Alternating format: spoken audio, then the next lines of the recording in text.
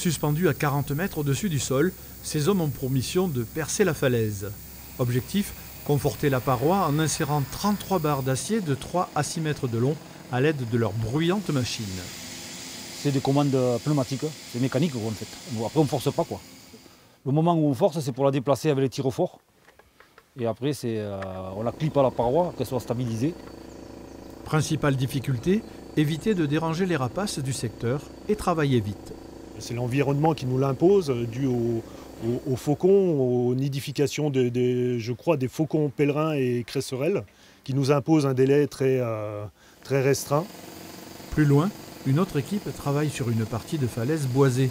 Ici, le problème, c'est justement la présence en excès de végétaux et arbustes, une menace pour la stabilité des roches.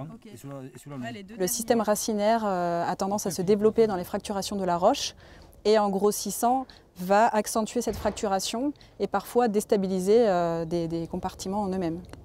On s'aperçoit aussi que localement, on peut avoir des gros arbres et justement avec l'effet du vent sur les arbres, on peut avoir tout simplement un effet de levier qui peut déchausser des blocs. Quant à ceux qui sont déjà tombés, ils font l'objet d'un suivi particulier. Sous ces éléments, on pose des blocs de béton pour pouvoir les coincer. Et en fait, à l'occasion de ces travaux, eh bien, le service archéologique suit ces travaux pour voir si dessous, il n'y aurait pas des éléments importants au titre de la protection du patrimoine. Côté pratique, la route des Aisy a été rouverte normalement aujourd'hui et jusqu'à dimanche. À la reprise du chantier lundi, la circulation sur la D47 sera permise dans les deux sens avec des feux de manière alternée.